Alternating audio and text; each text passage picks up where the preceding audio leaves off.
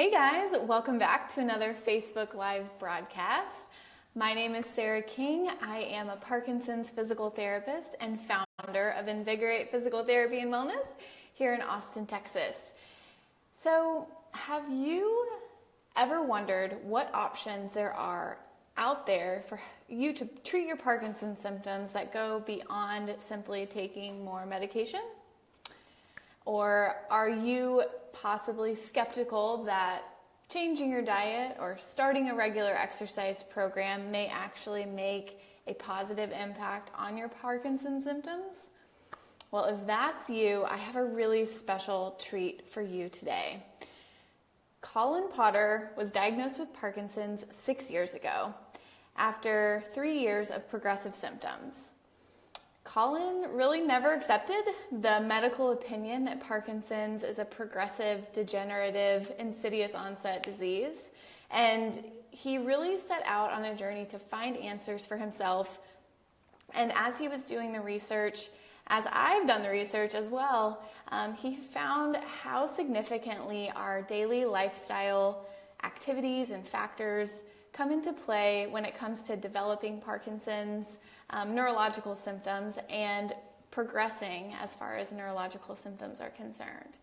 So he set out on this journey to find some answers, and by pursuing dietary change, nutritional supplementation, exercise, and toxin elimination, Colin has actually halted the progression of his Parkinson's symptoms and even reversed a lot of them.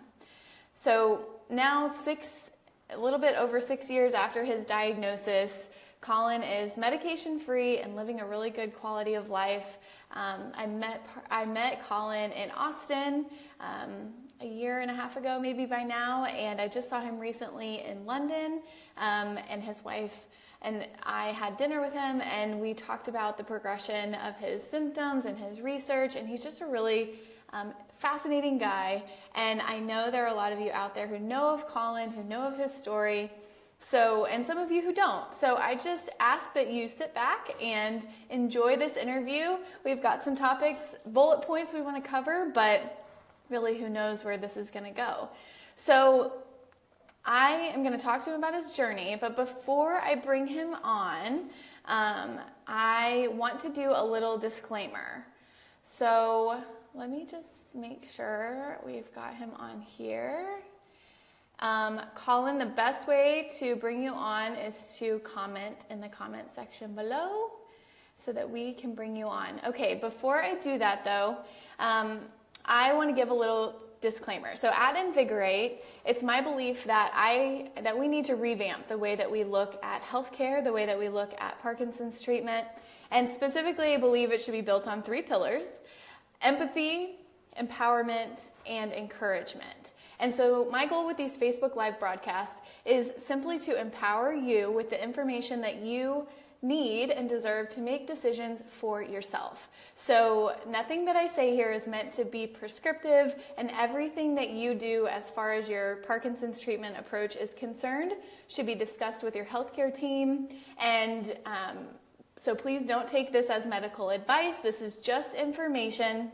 And because I'm not your physical therapist, I'm not on your personal healthcare team for most of you, some of my clients are watching, I can't prescribe you or tell you individually to do something that specific to you. So this needs to be discussed with your healthcare team so that they can help you make the best decision possible. So I know Colin's watching. We're going to bring him on in a second.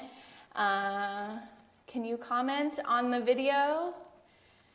We're going to get this to work because I can only see, let's see. I can only see a few people at a time. So, okay, so with that being said, just give me a thumbs up if you understand that I can't give you specific information. Let's see. Okay, Colin says you can't see the video. Give us 1 second. We did this earlier today. I know that it works.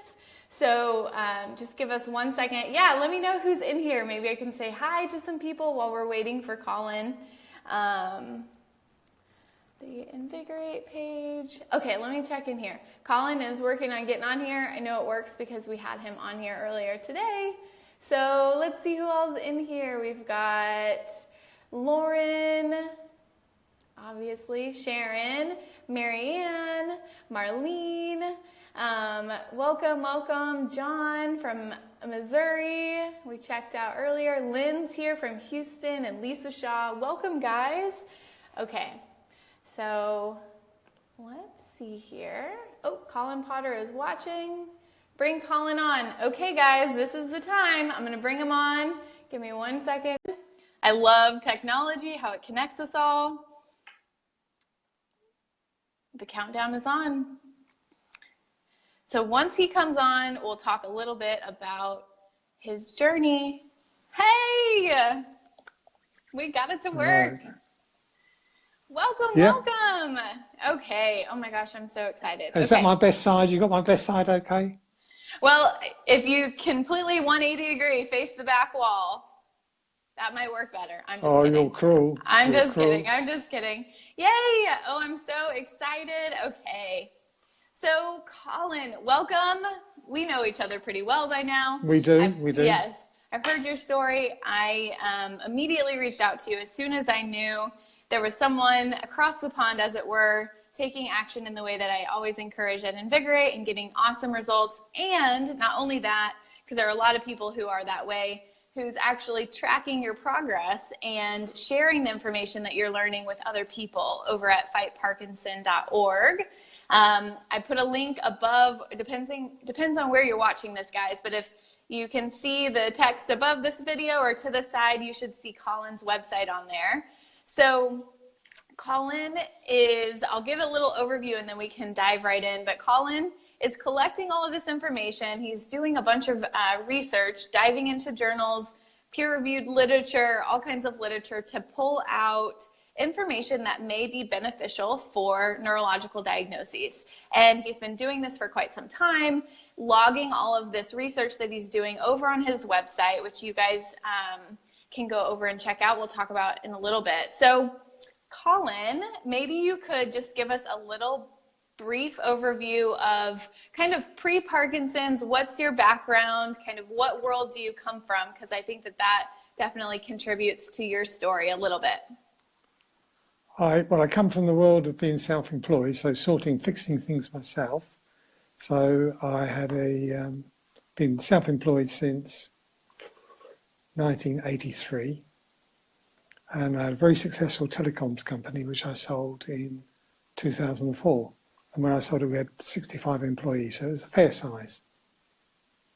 Wonderful. And since then, yeah. So sales and management really, and problem solving. So when I'm faced with a problem with Parkinson's, it's not like I've got a problem, I've had it. It's right, we've got a problem, how do I fix it?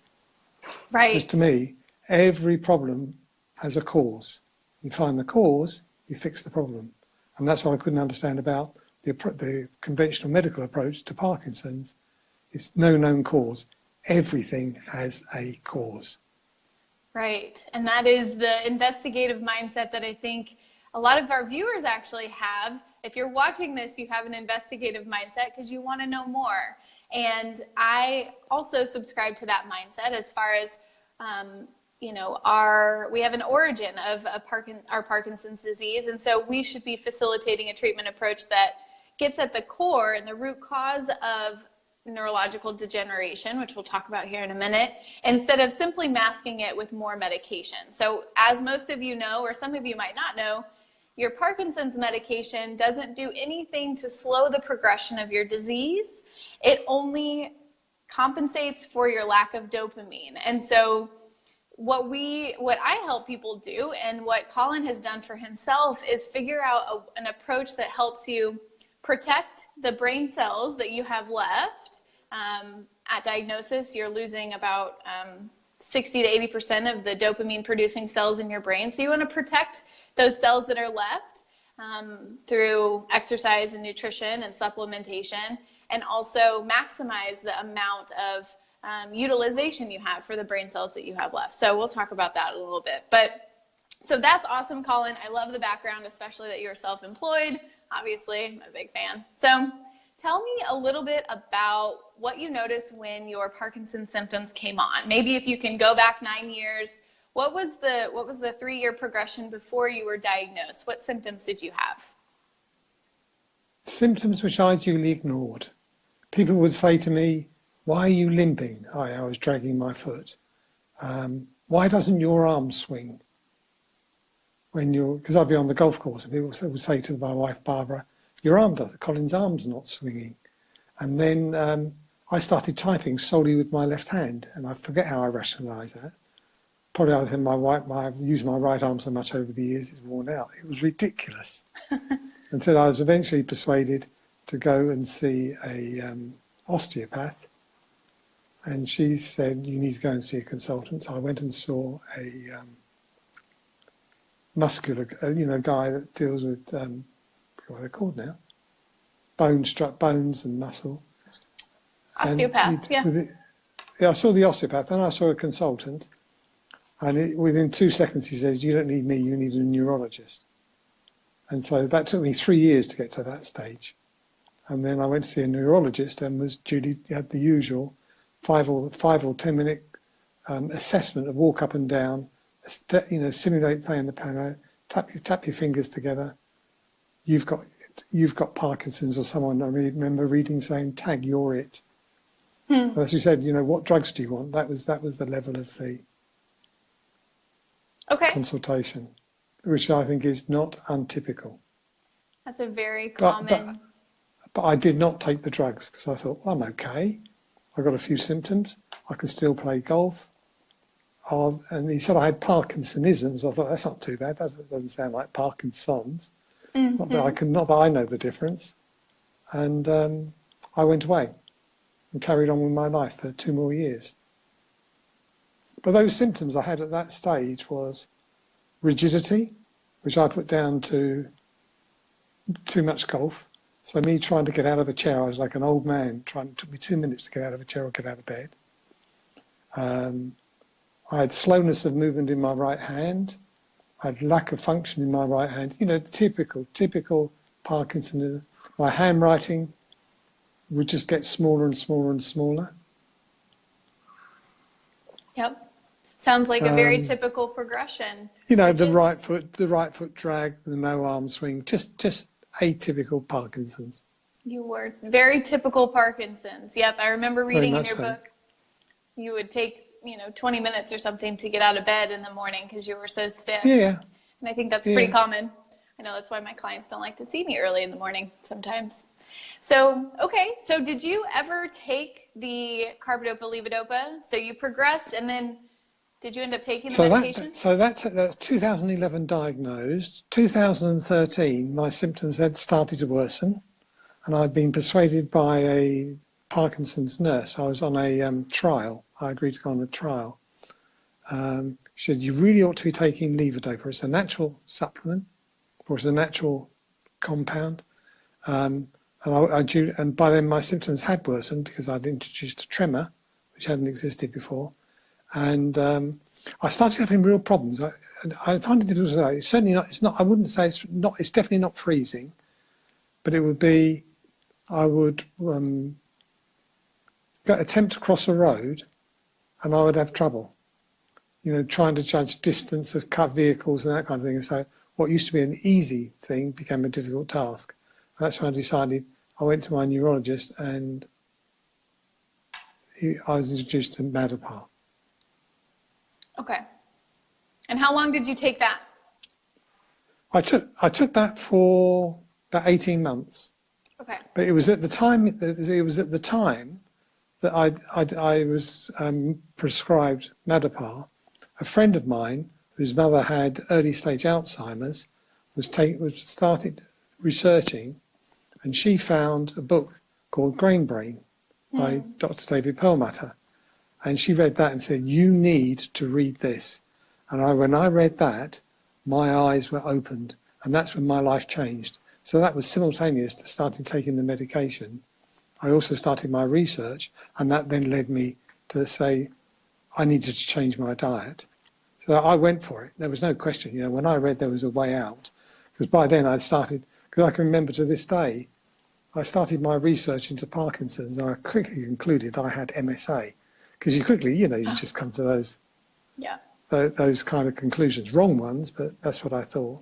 Yep. And but so when I saw what Dr. Perlmutter had to say, and the way I thought, and then started doing my research, and then I was open to the world of PubMed, with its millions of research studies into all kinds of conditions, tons of all by universities, and came up with my first one at Columbia University, which said the ketogenic diet with Parkinson's patients, they saw a 43% reduction in their symptoms after 28 days. To me, it's a no-brainer. You know, that was the start. Okay. Okay, so some of our readers have maybe heard of the book Grain Brain by Dr. Perlmutter. We'll make sure that we put all the links around this video once we finish. I've got better than that, Sarah. Okay. Well, Grain Brain is great, but there's one that's even more relevant, and we'll talk about in a moment. Yeah, we will talk about all of the things. Everybody should read it. Okay, I think I know which one you're talking about. I agree. So we came into Grain Brain, and this is maybe where this might be the first time anyone has, you know, for me it was that way too. I remember the first book that I read where I realized that what we put in our mouth, our food, is actually medication for our body. So you swallow medication and you swallow food, and the expectation is different for some reason. But food is medicine or food is poison. And that's really extreme. I don't want to scare everybody off, but that's what our mindset really starts to shift into. And so in Grain Brain, he walks through the impact of nutrition on the body. So Colin, can you put yourself back in that mindset and maybe think of the number one thing you learned from Grain Brain? What was that trigger that set you off as far? Was it inflammation? Was it sugar? You know, what was kind of the mindset you had that first? I know it's been a while now since you read Grain Brain, but. Yeah, but it was quite clear that there's not one simple solution. And that's why I think, you know, people look for a magic bullet. It was stay away from sugar, causes gluten, inflammation, and it was principally diet and the damage that the wrong diet does to you. Yep. Of course, you've got to tick a lot of boxes when you change your diet, and it really does require a wholesale change. Right, right. And so in Grain Brain, he walks through how sugar and gluten are two of the main culprits when it comes to foods that cause inflammation in your body.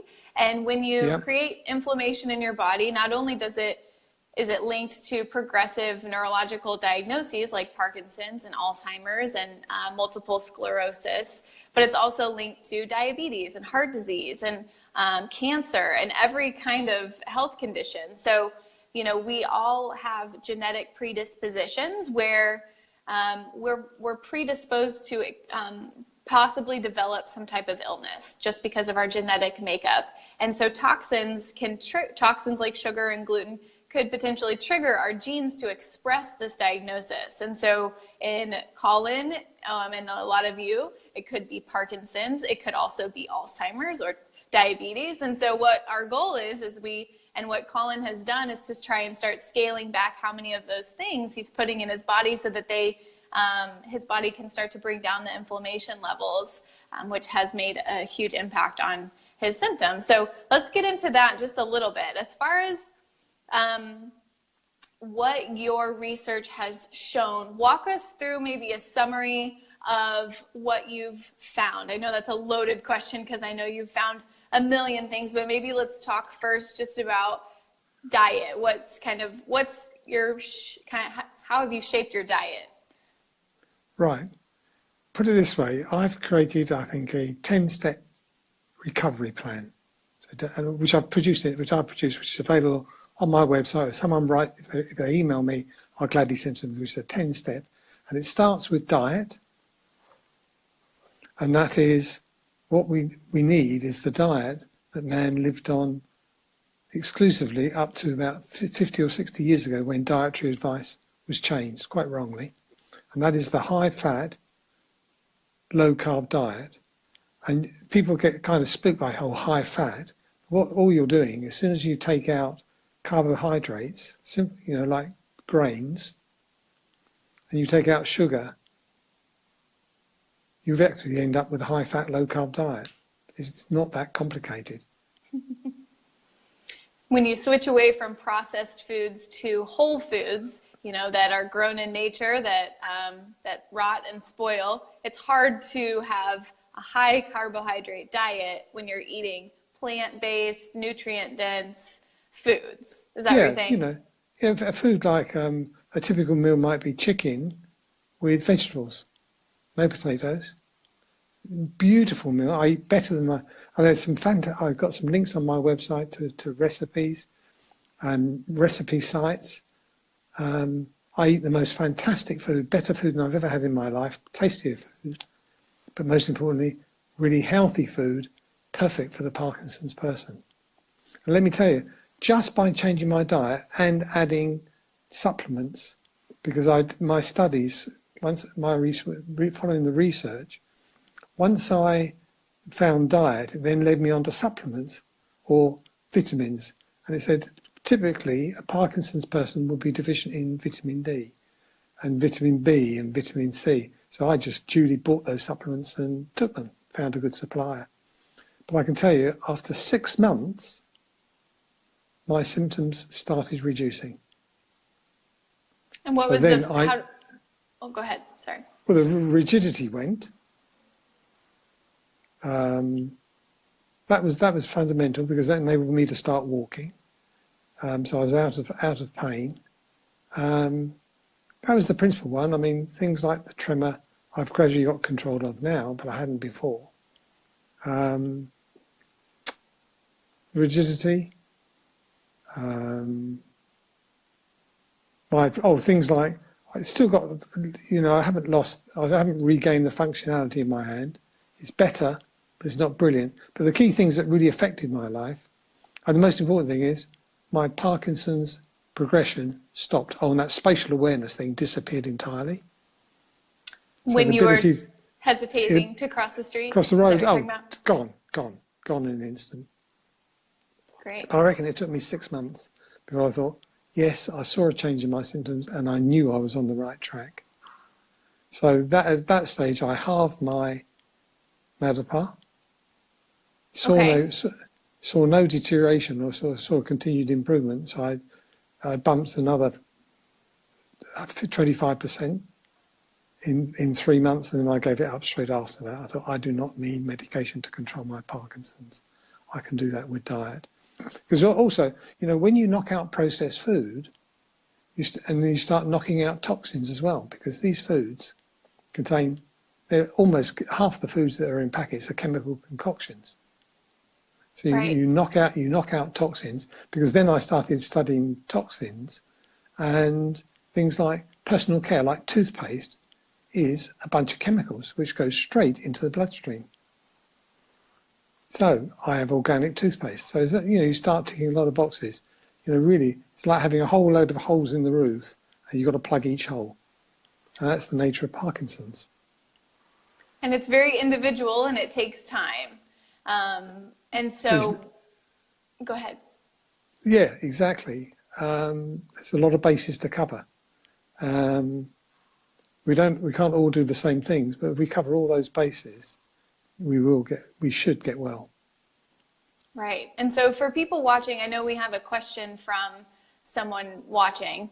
We'll get to that specific question in a little bit, but as far as realistically implementing a lot of these strategies, it took you over the course of 2 or 3, it's still ongoing. I know your research is still ongoing, but I think a lot of people here, once they get diagnosed, they need to change their exercise, change their diet, change their supplementation, and try and do it all at once. So for everyone watching, know that Colin did it in phases. A lot of other people do it in phases. So whichever area of your life that you feel like you could tackle first, nutrition is a really good one to do, and often best done with a professional. But shifting basic shifting away from processed foods towards more whole foods. And it can be a slow process, or you can be like Colin and just go all in. Colin's kind of an all-in type of guy, but maybe you start just analyzing your diet. I have a 4-part video series that takes 8 weeks to walk you through some dietary changes that are very much in line with Colin's approach. It's a free video series that I created mainly because I got so many questions about it. And so that's at invigoratept.com/gut health, and Lauren can link that for you below. But Colin, that's just really inspiring, and I think a lot of people have been wondering how you came off your medication during this transition process. So appreciate you clearing that up. And I have a lot of clients who, once they start switching their diet, they notice they're over-medicated because whether they're less constipated or they're having less symptoms overall, they just need less and less medication. And so that's something to talk with your healthcare provider about. Were you going to say something, Colin? Yeah, I just wanted to add that I did it cautiously. I didn't just come off medication. It's when I felt I'd seen big improvement. I felt confident enough to start reducing it, scaling it back. It was plainly obvious to me that I was on the right track. But then I believed. I think doing that reading and that research gives you the confidence that, Pearl Mathon knew what he was talking about. Yeah, and tell us a little bit about that mindset. I remember when I interviewed you a year ago, you mentioned that as soon as you saw a chink of light, I think is what you said, a chink of light, you decided to go all in. So tell us a little bit more about how you stay motivated to pursue improving your symptoms. Obviously, you've had results, so that helps. But tell us about that. To be motivated, to have the quality of life I have, it's a no-brainer. You just wouldn't let go. Why would you ever let Parkinson's back into your life? And if I needed any reminders, I remember when I was diagnosed, I naturally went and joined Parkinson's UK charity. I went along to the local chapter, and if you look around and saw what Parkinson's leads to, why would you leave a single stone unturned in your quest to improve? And it's everything I've done, and I've covered a lot of bases. I have seen improvements. So the motivation to stay well, to enjoy life, and then I've got grandchildren. And before when my first granddaughter was born, I hadn't got the strength to hold her or walk into the hospital. Now I can carry her on my shoulders. That is motivation in itself. The kind of life you just want, the life you always had, and I pretty much got that. Well, I've got that back. Tell us. But I want to say one thing. Oh, go ahead. Yeah, go on. You ask. Go on. I'll say that. I was wondering I'm sure viewers are wondering what you can do now. So you were having a lot of struggles before we heard about. What kinds of things? Paint us a picture of what you're able to do now that you weren't able to do even 3-4 years ago. 4 years ago, I was rooted in a chair all day because it was easier to sit in a chair than it was to try and move around. So my life was pretty much circumscribed, not untypical. Now, well, today, for example, I went to see a health practitioner who I go and see practitioners and I learn a lot from them. There's a particularly intelligent, educated one who passes information on to me. So I drove 3 hours there, and it took me 2.5 hours to get back. So 5.5 hours driving, plus the 2.5 hour meeting. In a breeze, no problem at all. So other days I travel. In a week's time I fly to Australia and I'll spend 5 weeks out there with the grandchildren, out there playing with them, doing all the things that people would do. So a normal active life, unconstrained by Parkinson's symptoms. Yep. Getting on and off the floor, getting in and out of chairs. I know you're working with a personal trainer. I certainly do.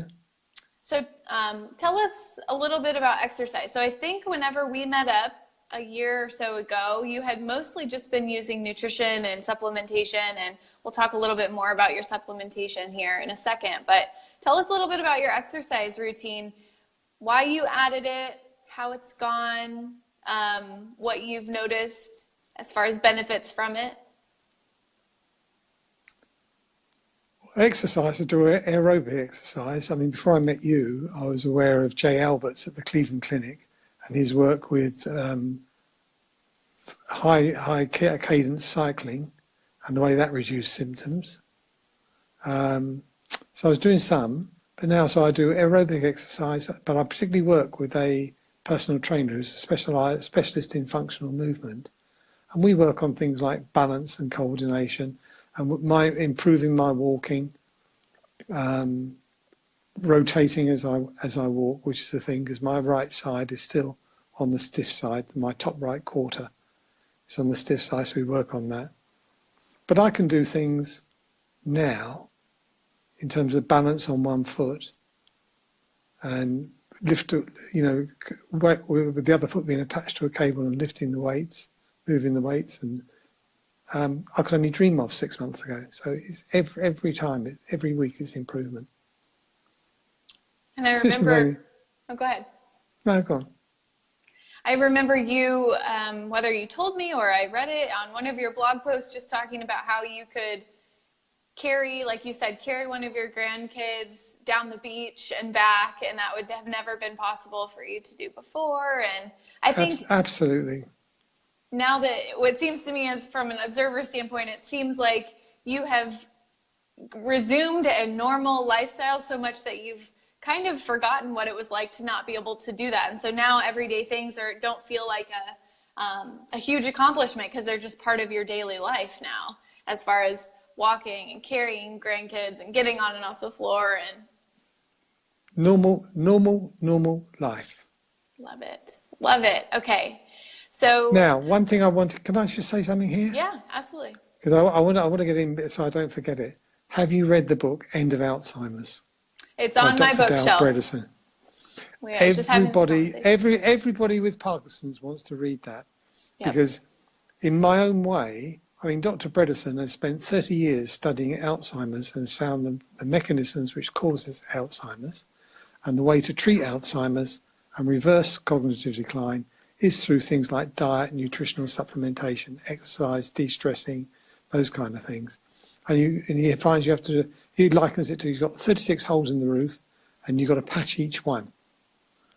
And I believe obviously I haven't got his scientific expertise and I've not been able to do his 30 years of research, but one way or another, I've stumbled across something, a program that broadly fits what he does. And I found it works for Parkinson's. So that, to me, was some kind of validation of what I do. I just wish that I started 30 years ago with a research lab, because it would be so much more compelling to many people. But read End of Alzheimer's. It's not difficult to read. He writes it beautifully. But it does say that if you can fix Alzheimer's, which they said was incurable, no known cause, why not Parkinson's? Yep. And I think, not to get into the controversy here, but I've had a lot of people, maybe not a lot, but more than a handful of people who have emailed me after I announced to my group that I was going to interview you. And a lot of people say, I just don't buy it. And I think it's important to, you're entitled to your own opinion. If you're watching this far into this video, you obviously are curious about it. But I would say this is not saying that,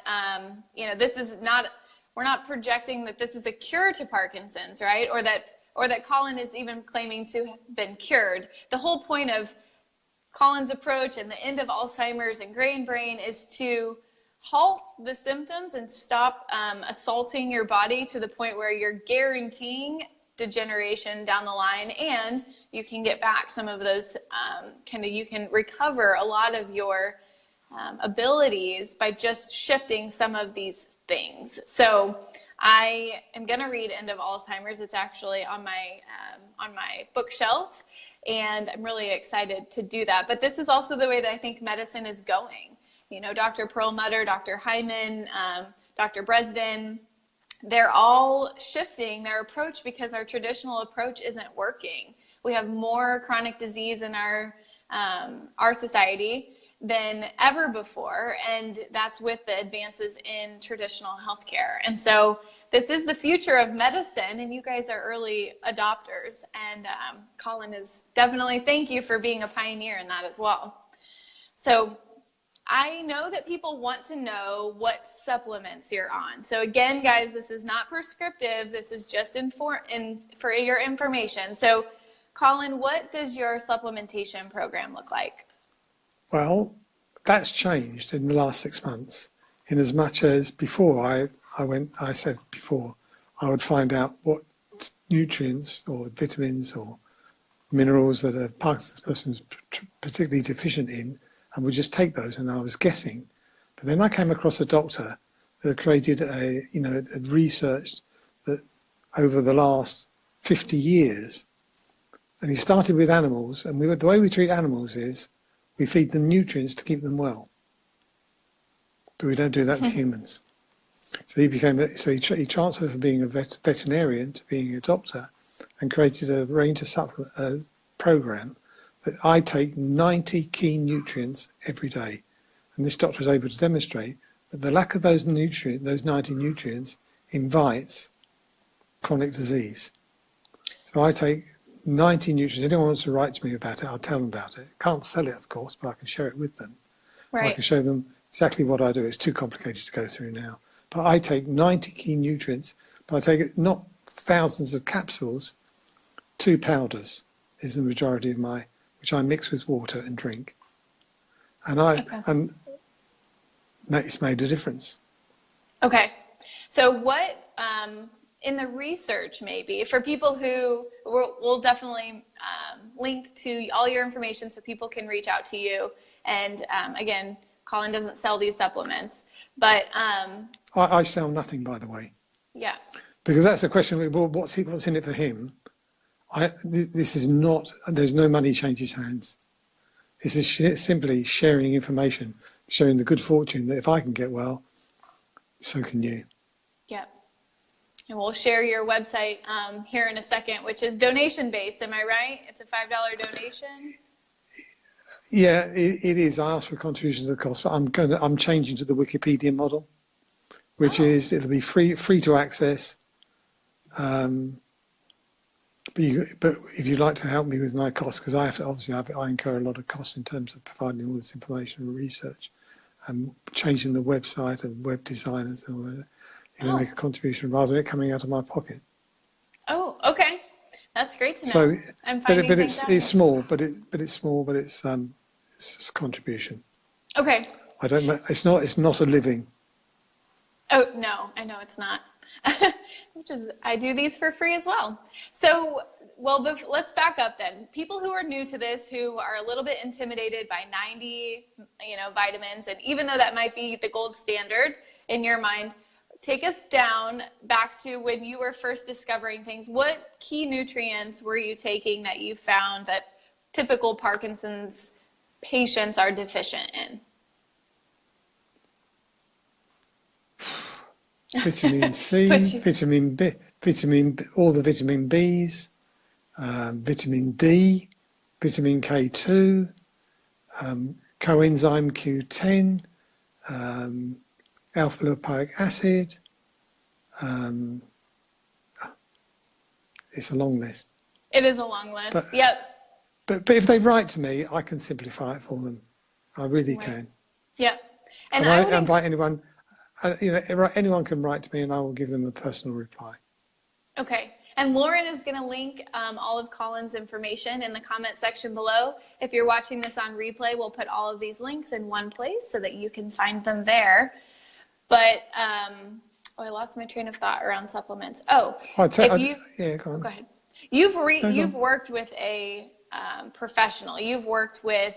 Now you're working with, is she a naturopath in London? What's her designation? A naturopathic neurologist, trained as a conventional neurologist, worked for 30 years as a conventional neurologist in the health service, realised she wasn't fixing anybody and became a naturopathic and treating people naturally. Okay. And for me, and it's two things, she says, she simplifies it even more. So there's two things you need to do: put the good stuff in, get the bad stuff out. And this is the business of toxins. So under the doctor, the neurologist, naturopathic neurologist, I have had all my dental amalgams removed, big source of mercury,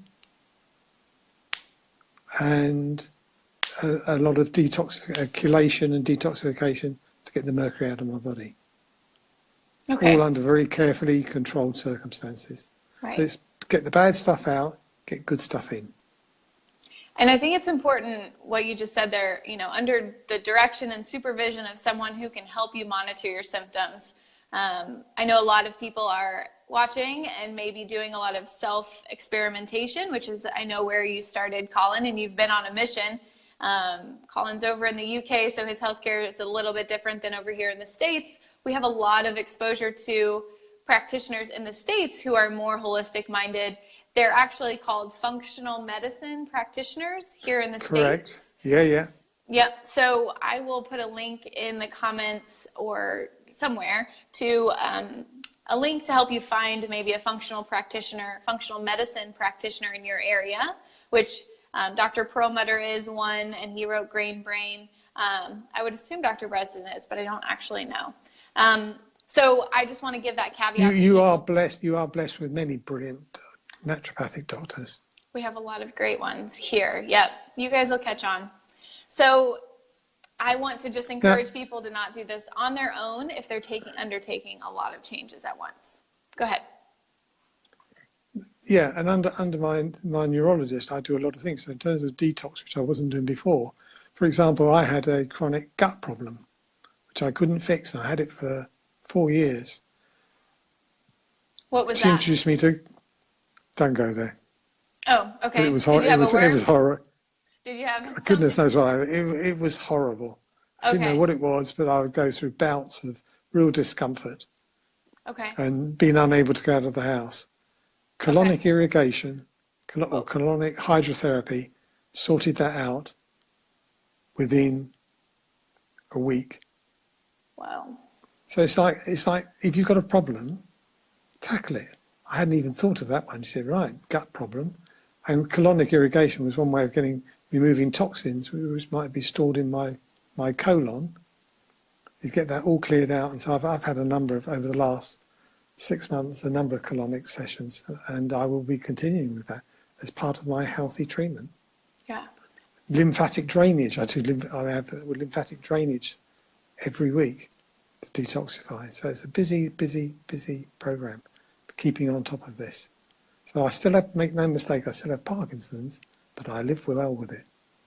And I figure I always will, but I live well.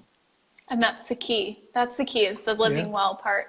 And I think something you highlighted there, which your mindset is different, not different, but it's just more advanced. And I think what I hear from my clients and a lot of people in our community, maybe you who is watching, is when you start to notice some type of new symptom come on or some type of new discomfort, please don't have your default reaction be, well, I have Parkinson's, so it must just be the progression of the disease, because that's giving in a little bit to, while it may be true that could be a symptom of progressing Parkinson's, just voluntarily saying, okay, well, that's just now part of my plight. Say Colin would have just said, oh, my gut, the doctor said that people who have Parkinson's are constipated, for example.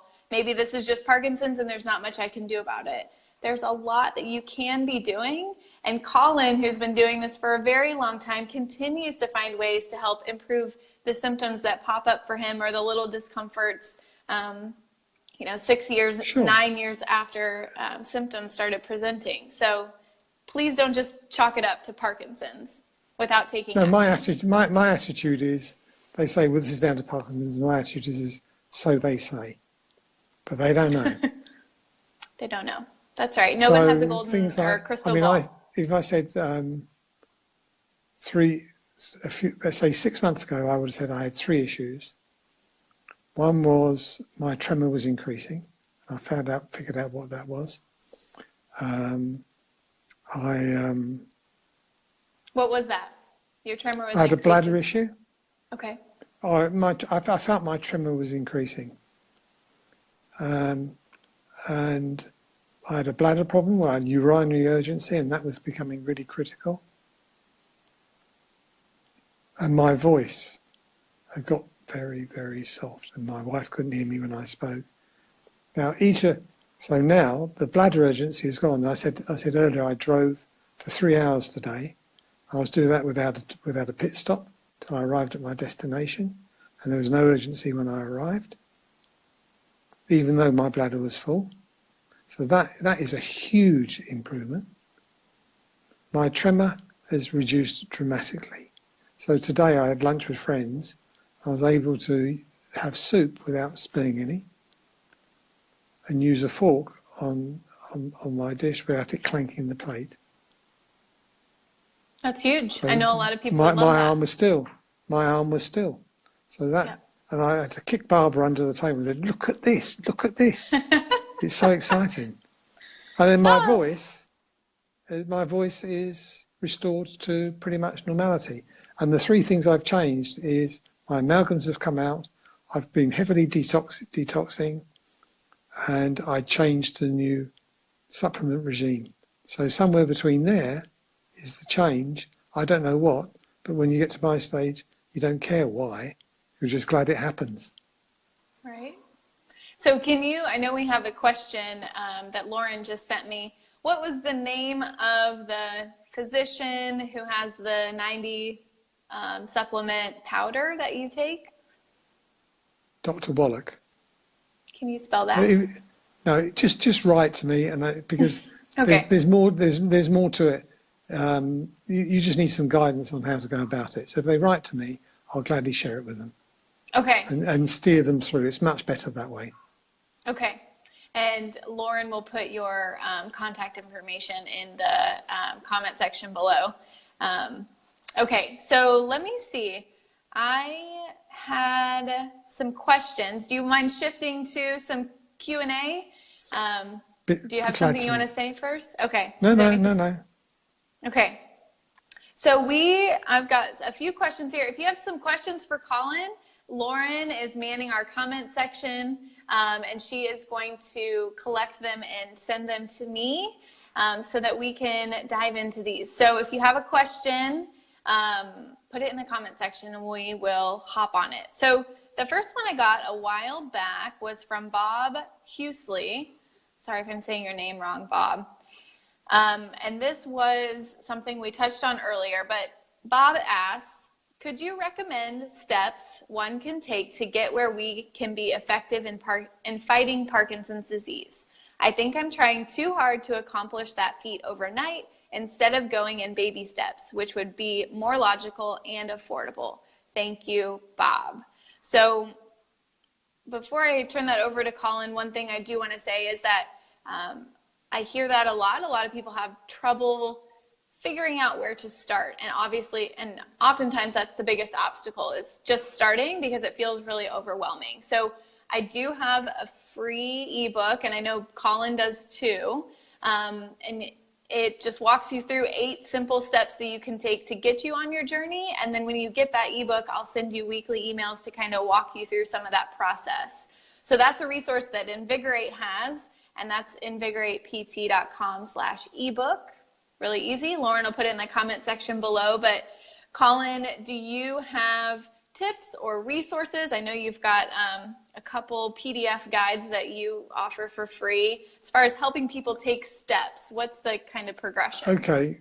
Well, my Parkinson's recovery plan is the 10 steps. And that's in very simple language, and it's quite concise. But I'm always glad if people write to me to share with them share with them the kind of steps I took. It's sometimes easier to say that, because I started from a base, from nowhere, and then just have added. So in my way, I've done it in baby steps. I wasn't straight in having my amalgams out, going for detox. I did it gradually as I acquired more knowledge. But just write to me, and I'll gladly help anybody. Okay. But you yourself started with diet. So would you recommend, maybe you would say that worked for you, starting with diet? That seemed to be one of the easier places to start, or? Without question, I think that is first base. Okay. because it's starting with the right diet, and at the same time you knock out sugars and gluten, and you start dealing with a lot of the causes of the inflammation. So Okay. when we, Dr. Bredesen for Alzheimer's talked about 36 holes in the roof. There's at least 36 with Parkinson's. So with sugar and gluten, that's 2 filled. Okay. And that's the way to look at it. Gradually start filling the roof. And as you fill the roof, when you get halfway, you've got half the job done. So you're going to bound to see improvement. Yep. Okay. So starting with education, right? You've got to get some type of resource, whether it's to read a book like Grain Brain or End of Alzheimer's, my free ebook, Colin's recovery plan. These are all great places to start. Don't worry about reading all at once. Whichever one just intuitively popped out at you is where to start. Start there and start your journey. I've got that free gut health video series. You could start there. So just right now, if you're hesitating on where to start your program, everyone's individual. So whatever calls to you as far as starting with diet or starting with exercise, those maybe would be where I would encourage you to start, diet or exercise. Just pick one thing to do next, and then once you complete that, you can pick the next thing. The important part is getting started. So, okay, let's Let me add one thing here, Sarah. Yeah. It's not just me. I get emails all the time of people saying, I've changed my diet, I've seen. Tremendous improvement. Improvement, absolutely. Yeah. I get the same emails. And I love very rewarding. Very rewarding. It is. Gets me up in the morning. Oh, me too. And keeps me up late at night, as it is tonight for you too, I know. Okay, let's see. So, yeah, and if you've had a positive experience, please share it in the comment section below so that people know that it's not just Colin out there. I know a lot of you have emailed me, a lot of you have emailed Colin. Share your experience so that other people can hear your story as well. Okay, let's see. Next question is from Bob Watts, who first of all says, we appreciate you so much. You've really helped us. How is your personal health these days? Have there been any changes? And I think you covered that a little bit as far as your tremor and the gut problem and your voice and the bladder issues. Yeah. Is there anything else going on recently for you? Just a greater sense of well-being, feeling better, I sometimes turn around to Barbara and say, I don't even feel as though I have this thing. I clearly have, but it just gets better and better and better. I'm 4 years in and I'm still working at it. I came away from my neurologist yesterday, having had a series of detox treatments, and thought, I feel really good. How many of you would love to say that? I feel really good. You can feel really good. It just takes a little bit of work, a lot of bit of work, but it's worth it. Okay. So let's see. He asked, we're following everything we know about the natural approach to healing Parkinson's. Is there any new research that we should be aware of regarding exercise, food, or supplements? So we've covered a lot. Is there anything you can think of that we haven't covered that you wanted to touch on that you came across recently that made you go, I might look into that? I'm always coming across new stuff, always. I spend my time. But there's something we've touched on that needs talking about a little bit more, and that is the role of toxins. Okay. So, dive for into example, that a little bit. Yeah, I will do. So as soon as you stop eating processed food, that's one sort of toxins gone. Then I eat only organic produce, so it's not coated in pesticides. Pesticides being a toxin. Personal care items, toothpaste, deodorant, shower gel, hair shampoo. I use only organic produce because all these are full of chemicals which we ingest one way or another into our bodies. I drink only filtered water, so I don't drink water that's been chlorinated and contains sources of chlorine, because that kills gut bacteria. You're looking for every opportunity to eliminate the things that are alien to our bodies and are relatively new innovations. Yep. That's great advice right there, guys. If you So just take that one if I go step. back to what my neurologist said, get the good stuff in and the bad stuff out. Because these things they all play a role. And there's a few more holes in the roof fixed. Yep. And sometimes it's hard to know when you really aren't aware of what you're not really paying attention to what you're eating, what you're drinking, what you're putting on your skin, what you're putting in your mouth, brushing your teeth with, washing your face with. When you're not really aware that, your skin is an organ, everything you put on it, your body absorbs. Everything you put in your mouth, your body absorbs, and your brain, toxins deposit in fat. And your brain is, 60% fat. It's just pretty much fat up there, and neurons. So every time you put toxins into your body, it's either got to excrete it or store it. And so those simple techniques right there, which you can go back later and just listen to those things again, taking toxins out of every area that you possibly can, especially in the food realm, can go a really long way. So that's great. And now, Sarah. Yep. I see that Michael here is asking a question saying, do you have to be 100% on the diet, or can you get the benefit? Can you cheat and eat a carb one meal a week? Now, I can answer that one. Okay. I said my tremor has improved because I thought I'm doing pretty well. I can afford to slack off a bit here and there and have my odd. And I was having a couple of things, dark chocolate that contained a little bit of sugar. And I noticed my tremor increased. So... It's my favorite Facebook Live treat, dark chocolate. Okay, sorry. So just by eliminating all sugars, my tremor has reduced. Okay. So every action has a consequence. So and don't cheat. Yeah. Find your treats elsewhere. So yes, use dark chocolate, but use dark chocolate that does not contain sugar. And you have to be prepared to pay for it. And dark chocolate is a fantastic antioxidant, high in antioxidants, and we need high antioxidants. Yep. And that's not a bad way to go, is it? To solve a problem, having chocolate. Yep. And something I tell a lot of my clients and a lot of you that I've talked to before is, in the end, this is your life and your body is yours to make decisions about. And so Colin, he wanted his tremor to get even better. And so he chose to eliminate all sugars and not have cheat days.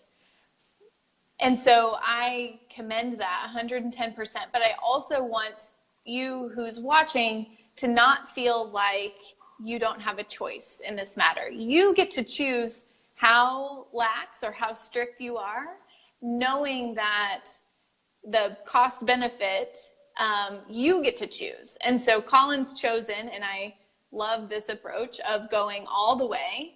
And I tend to agree, I'm also in that spectrum, but you do have a choice. So if you are thinking, well, if it doesn't work unless I go 100% in, so I'm not going to do it at all, please don't go there. Please don't think that if you don't do 100%, you're not going to benefit from it. You can go 98% and have, some dark chocolate, and you just track your symptoms and just live the life that you want to live, and it doesn't have to be so extreme unless you really want to get even better. So it's in your hands, essentially. But there is one thing here, Sarah.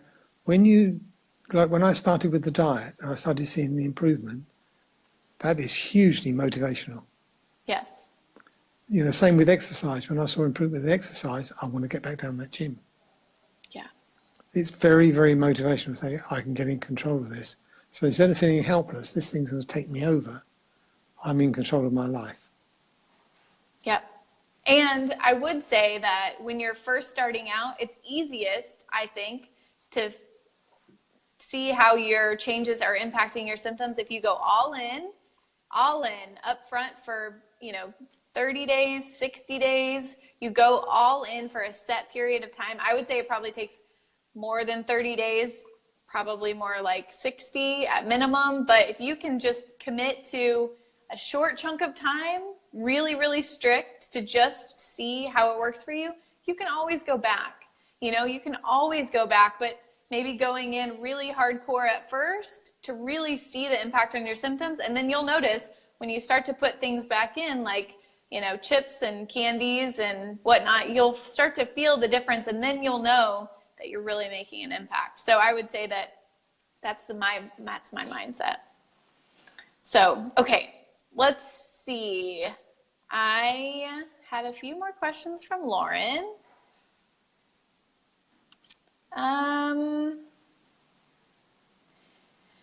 So Mammy asks, I'm doing a lot of movement and have cut way down on my meds. My biggest problem is using the bathroom.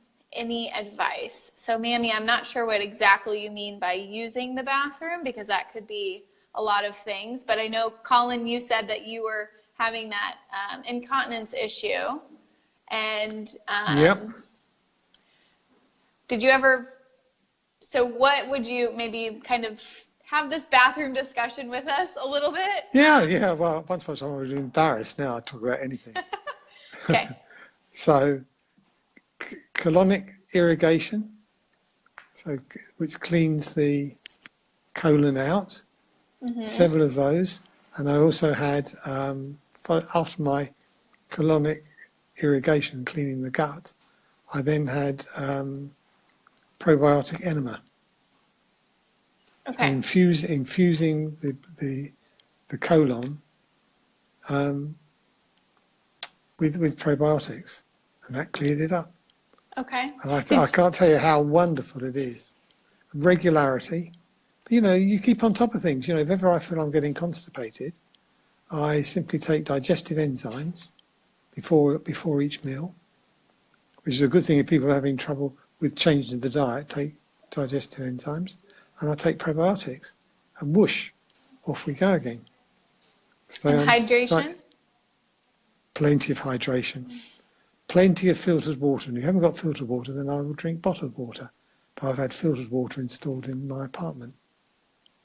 Okay. So constipation, dietary enzymes, lots of water, probiotic. Obviously, you're already eating a high fiber diet with lots of nutrient-dense vegetables and produce. Yeah, and the colonic hydrotherapy. Okay. Just, you know, Great. it's just a proper. You know, it's so easy to say it's a Parkinson's issue. It's an issue, and have a go at knocking it off rather than pinning it. Because if you look at Parkinson's, when Dr. Parkinson's first categorized Parkinson's, this was a movement disorder. Now suddenly, so what we have is a bunch of neurological symptoms with neurological origins. We just need to tackle each one. And in tackling one, we can often end up tackling two or three. It's very true. Yep. By changing your diet, you can tackle all kinds of symptoms, including constipation and all those good things. Okay. Let's see. So there's one question here Mamie's asking is, where does she go for colonic hydrotherapy? If she emails me, I'll give her a link to the institute or whatever, the Association of Colonic Hydrotherapists, and you'll find a qualified hydrotherapist. Just ask her to write to me. Okay. What's Just the write institute? to me. Okay. Well, we could share it too, so your inbox isn't overflowing. It's the Institute of. I can't remember what it's called, but it's if you Google colonic hydrotherapy, up it will pop. Okay. Colonic hydrotherapy. It's a new one. I haven't done that one. Okay. Let's see. Mary Markle Krause asked, did you ever have dyskinesia? No. No dyskinesias. Okay. No, I never had dyskinesia. But I am aware that things like dyskinesia often follow the start of commencing medication, but I think I was off medication. The only things I noticed the difference when I was on medication is I would have my foot would start tapping involuntary. So that was a side effect of taking medication. And when I stood up, I would be lightheaded and dizzy. Okay. And those cleared up. Oh, gone. Yep. Gone. Okay. Okay. Let's see. Mary Krause also asked about dairy. Do you have dairy in your diet? I eat cheese that is unpasteurized. I don't eat I don't go to the supermarket. I buy it from a special source of unpasteurized cheese. And I have kefir, which I originally made with milk, which I now make with almond milk. So I don't have much dairy. Okay. Is there a reason behind why you do that? But it's trying to fit it in. Yeah. Trying to fit it in. So cheese would be the nearest I get to dairy, and I have quite a lot of cheese. So I have that for its cholesterol properties, and of course it's a nice go-to food for me. And so that replaces the kind of sweet food I might have had. And I also eat a lot of eggs, so I have that for high cholesterol as well. Okay. And how many, I know the answer, but how many eggs do you eat a day? At least 6. Yeah. But soft boiled or scrambled. Okay. And do you keep track, do you go to get blood panels with your neurologist? Does she keep track of your traditional blood panel? Cholesterol, triglycerides, glucose levels? I don't worry about cholesterol levels. Right. Because that's not one of the considerations. There's too much evidence that our problems started when we went on low cholesterol diets. And there's lots of research on that. So it's also illustrated in Grain Brain, for those of you who are considering I don't worry about cholesterol. And I don't do a whole heap of tests. Okay. I'm well. Yep. Okay. Let's see. So John also asked, so this is something that I've recommended before, is putting a dash of Celtic sea salt or Himalayan salt in water. I do. I was advised to do that, so I do that. What is your ratio? Pinch, just a few grains. Just a pinch. Okay. In an 8-ounce glass of water? Something like that, yeah. Okay. And do you find that helps you feel hydrated, or how does that affect you? Do you notice? I don't know. It's almost impossible to say what affects me, because at the same time I'm drinking the water, I'm taking supplements. You're doing all kinds of things. All kinds of things. Yep. You can't pin anything down except salt. Lack of salt is another cause of problems. Lack of minerals in high quality salt, not lack of table salt. High quality salt. Right. Just don't want people to watch and think that they can dump their table salt all over their pizza. No. Himalayan pink salt, sea salt, something like that. Okay. Awesome. Okay, I'm going to just scroll through here for any more questions. I don't see any that pop out to me. Mary asked about dairy. We saw sea salt. Mary also wanted to know, do you still limp? I don't limp. I would say my walking was not as good as it was, but it's not a pronounced limp. And I am able to walk. I mean, typically on Saturday we're walking with a friend for what we call our breakfast walk, where I will be met with poached eggs and on a bed of mashed avocado. But I will walk 4 miles to the breakfast cafe, and I'll walk 4 miles back. So not affected by walking at all. I would say I'm not going to win a walking competition, beautiful walking competition. So it's not perfect, and I want to make it quite clear. I still have Parkinson's symptoms, but they do not take over my life. Me and Mr. Parkinson's coexist very nicely indeed. And what you see now, this is WYSIWYG. What you see now is what you get. This is no show. You know me well. This is the way I am. Yep. I've seen him in person, folks. He is a walking testament to what happens when you take care of yourself just with no nonsense approach and a seriously tenacious mindset. So we have a few more questions. Tino, who's over there in Vegas, says, my issue lately is the dropping of blood pressure. So he asked, have you dealt with that? I know you mentioned a few minutes ago that you did have that when you stood up, and how did that change? That went away when I stopped medication. And if you look at the side effects of levodopa medication, one of those is orthostatic hypertension, i.e. dropping blood pressure and lightheadedness when you stand up. Look, but I'm not a doctor. I can't I know what I would do in those circumstances. I would go and see a functional medicine doctor. Yep. And one thing I did want to say about medication, because I hear, and this might be somewhere that actually Colin and I disagree a little bit, respectfully disagree, is there are a lot of you guys watching who are taking Parkinson's medication and that have been for a while, or some of you who maybe don't take a lot and really don't want to be taking medication. And so I did want to throw in this caveat because I continue to think about a client that I have that I know is watching right now, who is, you know, when you're having Parkinson's symptoms, medication isn't necessarily the worst thing in the world. Now, this is the caveat for medication. The first thing you want to do, yep, I know we disagree. Give me one second. No, I'm going to support you. Okay. I'm saying the only thing we're looking for is to live well. Yes, we are looking to live well. Each to their own. It's not a competition who can come off medication the fastest. Exactly. It's the question is living well with Parkinson's. Yes. And medication can often, you know, whenever we're working through this plan of attack, you want to think about maximizing the amount of brain cells that you have left. That's exercise, right? We talk about protecting the brain cells that you have left. That's nutrition and supplementation and exercise and stress management and hydration.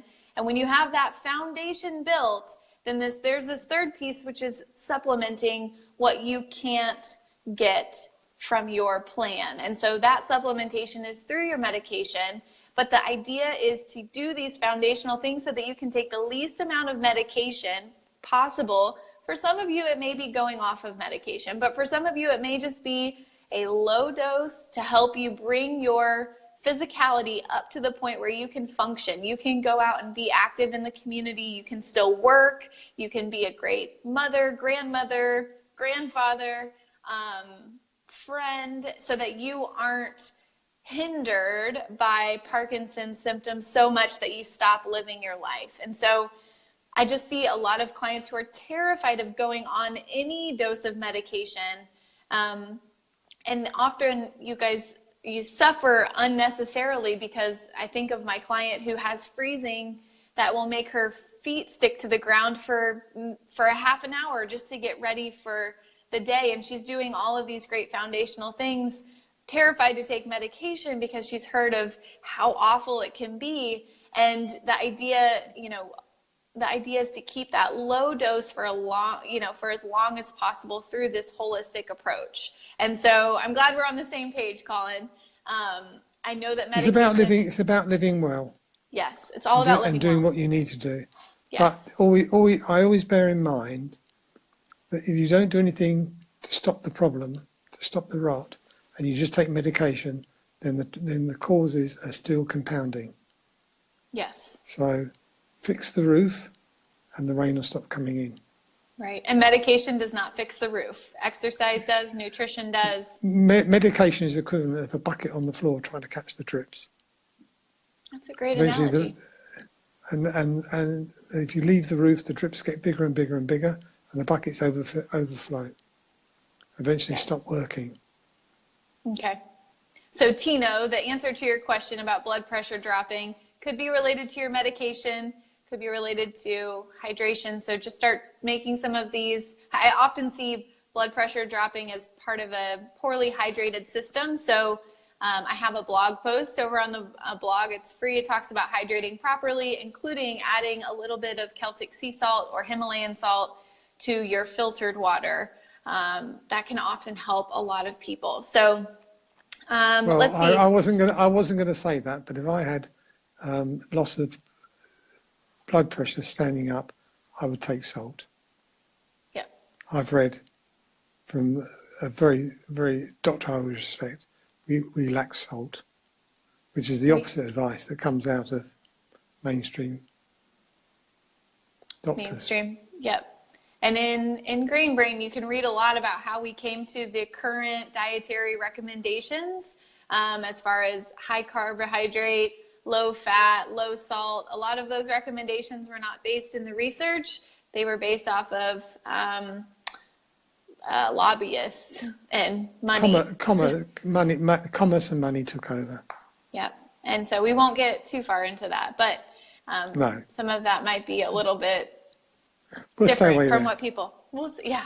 Okay, last question, Well, Kathy. let me just put it that way. Put it this way then. All this dietary advice, where has it got us? Yep. Growth in chronic disease is astronomical. Yeah. Until today, the 50 people watching right now are going to start the shift. Okay, aren't you? Oh, look at all the thumbs up. Everyone agrees. Okay, so last question is about stevia. Do you use stevia? Have you read any research on stevia leaf as far as the sweetener goes? I'm familiar with stevia. I don't take stevia that I'm aware of in anything. I don't need sweetness in any food. The foods I eat don't require. I don't eat anything. I mean, cheese. I have cheese and buckwheat crackers. If I want something what I have to tasty to eat, that's savoury. I don't have it now. And then the rest is vegetables and protein, fish, meat, grass-fed meat, eggs. So stevia doesn't come into it. I can't say I know a lot about stevia. Of course, I'm aware of it. Okay. I would say, I figure it's better than sugar. Better than sugar and definitely better than Splenda. Splenda is one of those toxins that you want to keep very far away from your mouth and your brain. So, okay. Is it bedtime? I think those are all the questions I have. So if you guys need to ask more questions, you can always put them in the comment section below. Colin's contact information is also going to be in the comment section from Lauren. His website, again, is fight-parkinsons.org, which we'll make sure to link up in the comment section below. His email address will also be in the comments. Please be generous with Colin's time and inbox space. No, don't worry. I'll find a way. Okay. And his website or his Facebook page is Fight-Parkinsons. You can head over there. And he is a wonderful person to follow on Facebook. He does really informative posts. He logs his experiences. He's very transparent about what he's doing. And again, his website right now, it looks like it's transitioning to something different. But if you wanted to go in and look at a lot of the research that Colin has put together, you can do a 2-day free trial on your website, correct? By going to fightparkinson.org. Yeah, they can do a free trial. Just write to me and I'll send them the information. Okay. It looks like, I think you can do that on your website too. Yeah, sure. Okay. So if you want to go in and check out some of the research that Colin's done, he has done a great job of putting it all together so you can empower yourself with information.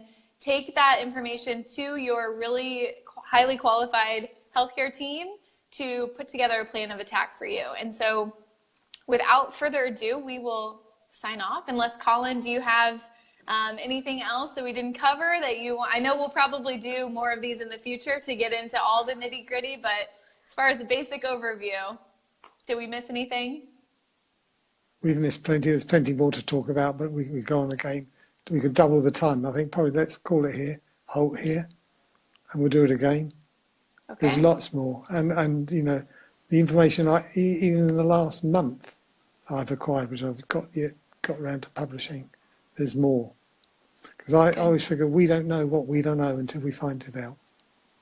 That's so true. That's so true. And you guys, he will put all of his information up on the Facebook page. As soon as he knows, he puts it out into the Facebook world. So thank you, Colin, for staying up super late and answering everyone's questions.